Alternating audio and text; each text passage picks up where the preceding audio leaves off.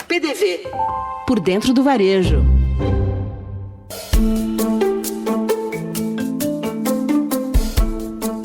Olá, eu sou Gustavo Carré, falando direto de Nova York. Depois do nosso primeiro episódio sobre a NRF, a gente volta agora para uma continuação bem prática. As visitas às lojas mais inovadoras da cidade. Aquelas que realmente inspiram o varejista brasileiro. Neste episódio, eu converso primeiro com a Fátima Merlin, que escolheu a Tomorrow como um dos grandes destaques do varejo de Nova York. A Tomorrow é uma loja inaugurada recentemente na Times Square e que coloca a experiência do consumidor no centro de tudo, coletando dados em tempo real e gerando insights tanto para os fabricantes quanto para o varejista. A visita foi simplesmente incrível. E olha só, se você perceber, eu gravei com a Fátima lá dentro da loja. E na sequência, o Marcos Andrade traz sua leitura sobre lojas icônicas, como a Target do Sorro e a Lululemon, olhando para sortimento, experiência, comunidade e pessoas. Muito aprendizado por aqui. Bora para as conversas? Tomorrow! Tomorrow! Tomorrow! Tomorrow! Tomorrow! I'll be here tomorrow, today, and forever. Eu tô junto com a Fátima Merlin. Olá! Direto de Nova York.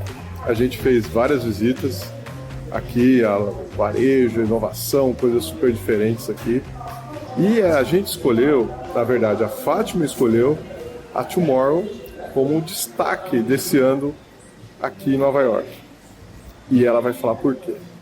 Olá, bom, primeiro, essa é a primeira loja deles, né? Ele nem se considera como uma loja do varejo, mas é o manifesto vivo do varejo do futuro.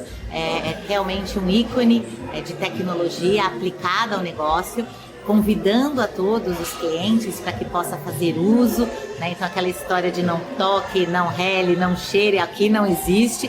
É um convite para que você possa vivenciar de maneira efetiva todas as oportunidades que tem de produtos.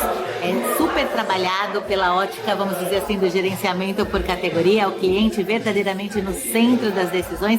Então a ideia dessa loja, inclusive, ser o centro, um hub de dados e tecnologias para capturar informações do cliente e usar essas informações de maneira consistente.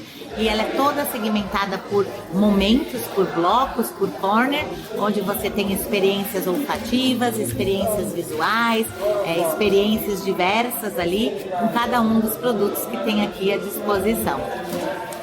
Fátima, dentro de tantas coisas bacanas que a gente viu, simuladores, o que te deixou, que mexeu mais com você dessa monte de inovação, um monte de produto diferente que a gente tem aqui? Olha, na verdade, para mim, o que mais impacta é realmente o cuidado que eles têm, não por vender produto, mas transformar cada produto realmente naquilo que a gente apregou no gerenciamento por categoria, Gustavo, que tem a ver com você tornar a experiência do cliente positiva com a compra do produto. A compra do produto é uma consequência da experiência que o cliente tem. Então eles usam dados para verdadeiramente transformar a visita do cliente na loja numa experiência memorável, mas mensurável, né? Interações viram dados, os dados vão virar aprendizados e os aprendizados vão virar verdadeiramente o ROI para as marcas, né? Então aqui eles têm diferentes produtos de diferentes marcas, é quase que, eu diria, um marketplace físico, vamos dizer assim, né, de inovação, com uma curadoria extremamente relevante, um portfólio assim muito incrível de produto, bem desenhado, porque afinal de contas eles usam dados para tomada de decisão. Essa loja foi inaugurada em julho e desde então eles estão trabalhando aí de maneira efetiva os dados que eles coletam para realmente gerar uma experiência. A ideia aqui é fazer o cliente vir, ficar mais tempo, interagir, vivenciar. Então é uma das lojas que mais oferecem experiências imersivas aqui e a tecnologia para eles, embora a loja é super tecnológica, não é como linguagem, não é como produto, mas é como realmente parte integrante desse processo de atrair, engajar, converter e reter o cliente. E é uma loja totalmente conectada com a questão do gerenciamento por categoria, onde eles têm a categoria como experiência, não é gôndola, né? A categoria, ela não é organizada por produto, ela é organizada por uso, ela é organizada por emoção, ela é organizada por jornada, por curiosidade. Então, para mim, isso foi, assim, algo fenomenal, né? E a gente tem tantos desafios e dificuldades para fazer. E para cada etapa do GC, ele traz um resultado específico. Olha, gente, não sei se vocês sabem, mas a Fátima trabalhou muito tempo em pesquisa. Ela foi diretora para a América Latina da Kantar Pesquisa. E o que eu acho dessa loja, agora falando um pouquinho da minha opinião, que isso aqui, além de ser um lugar de experiências, como a Fátima falou, de aprendizado, de educação do cliente, isso aqui é um tremendo de um laboratório de varejo, laboratório de consumo. Porque a loja é toda sensorizada, tem câmeras para todo lado, para entender como é que os clientes, na prática, interagem com os produtos. Não é o sonho do consumo do pesquisador? Para mim, assim, olha, não tem nenhuma loja que reflita tão bem essa ideia que a gente sempre fala, olha, o cliente no centro, né, a shoppercracia, e na prática aqui eles praticam isso no dia a dia, né, tudo se transforma em dados, que se transforma em aprendizado e direciona todas as decisões, e isso que é relevante. E eu estava conversando com a gestora aqui da loja, ela disse o seguinte, que só tem uma loja, ela falou, a gente não está preocupado com a escala, a gente está preocupado com tudo que a gente vai aprender e para garantir o varejo do futuro de maneira estruturada, né? Então esse é um grande aprendizado aí pra gente.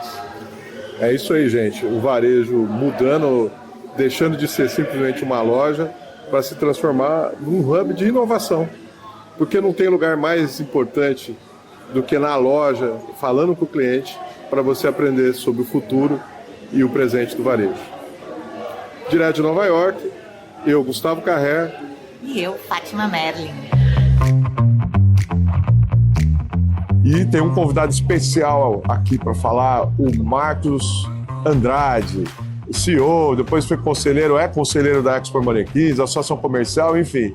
O currículo dele, se eu for falar, vai ficar aqui horas. Mas o Marcão visitou lojas aqui em Nova York e ele vai falar alguns destaques para nós. Obrigado, Gustavo. Um prazer estar aqui com você e com todo o pessoal que está nos assistindo. Tive a oportunidade de passar esses dias aqui em Nova York, visitar algumas lojas, algumas que estão bombando aqui nas comitivas, né?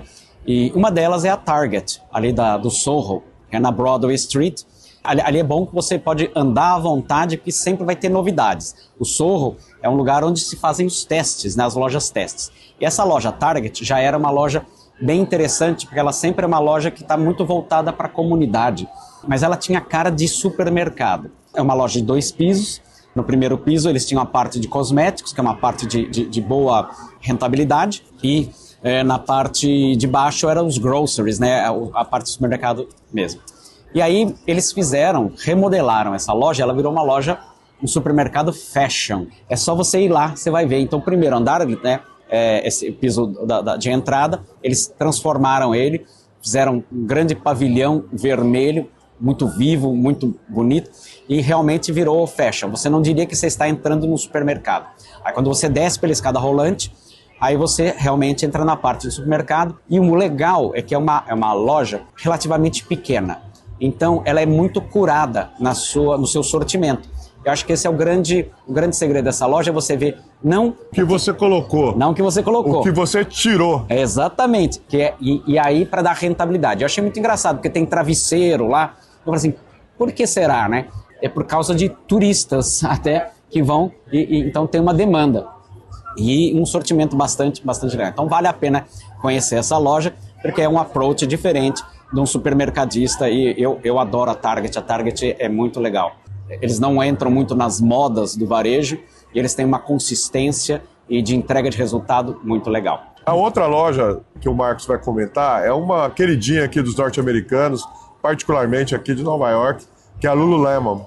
E sempre trazendo novidades, por incrível que pareça, os caras descobrem um jeito de inovar. Conta um pouquinho da Lululemon, e no caso é a Lululemon do Soho também. Do Soho. Então, ali é como eu disse, você pega a Broadway ali, você sai da Target, você vai andando, aí você tem a Wilson, você tem a House of Nike, que é aquela enorme, né, que foi muito inovadora há alguns anos atrás, mas continua sendo uma loja bastante interessante.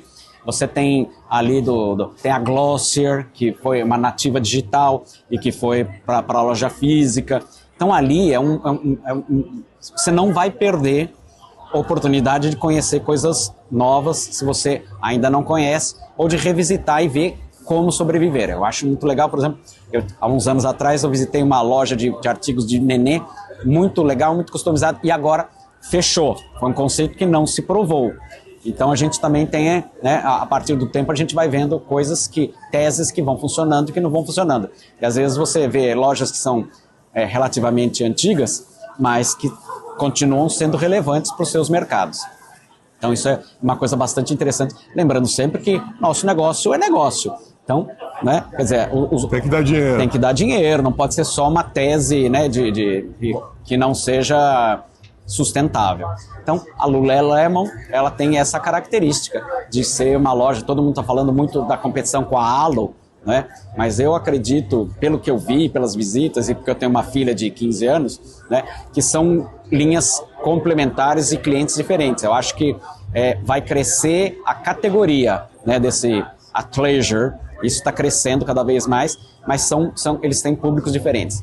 E a Lululemon, né, o produto dela é um produto muito legal, é que nem o Uniqlo, né? O que o Uniqlo tem? Produtos que são incríveis, né? E isso até, esse produto ajuda a criar experiência. Mas a Lululemon tem aquela história de se conectar com a comunidade. Então você tem espaço, né, para fazer a yoga, você tem realmente pessoas também que entendem muito do produto. Você explica e ele fala, vem e faz um trabalho. Eu acho que isso também, o Gustavo vai confirmar aqui, que na NRF a gente já faz algum tempo que ela deixou de ser uma feira só de tecnologia, mas mostrando como a conexão entre a sua equipe e a tecnologia é que faz a diferença, porque senão vira commodity, né? Só a tecnologia cada vez mais acessível, então você não tem nada de diferencial. E as pessoas fazem o diferencial, né? Teve a palestra do pessoal da Louis Vuitton dizendo que antes de começar o dia, eles dão uma aula, né? Então eles são constantemente treinados. E aí você vê porque o mercado do luxo se destaca, porque realmente cuidam das suas pessoas. Enquanto a gente, às vezes, no varejo mais popular, a gente tem um índice de turnover, chega a ter 2 lojas, né, por ano. Então, como que você treina essa pessoa? Como que você mantém? Como você retém? Então, esse é um desafio bastante grande que os varejistas têm, mas que precisa ser endereçado, precisa ser pensado, porque investir nas pessoas é o que vai fazer que essa experiência que a gente fala tanto na loja seja uma experiência que crie relacionamento. E as marcas precisam criar relacionamento. Continuar sendo relevante ou se tornar mais relevante. Exatamente. Marcão, obrigado pelas palavras, pelo papo, traduzir um pouquinho da sua experiência em coisas práticas. E aquela história, em tempos de IA, quem humanizar e souber explorar melhor, o lado humano da força, vamos dizer assim, é o que vai se destacar. É isso. Muito obrigado, Marcão. Imagina, obrigado a vocês todos. O PDV é o podcast que coloca você por dentro do varejo e na trilha da tecnologia. O patrocínio é da InWave, a produção é da Fernanda Vasconcelos, com o apoio técnico da Soulpods. E fique ligado, vem aí mais informações sobre o varejo dos Estados Unidos, além da nossa cobertura especial da Euroshop 2026. Até lá, tchau!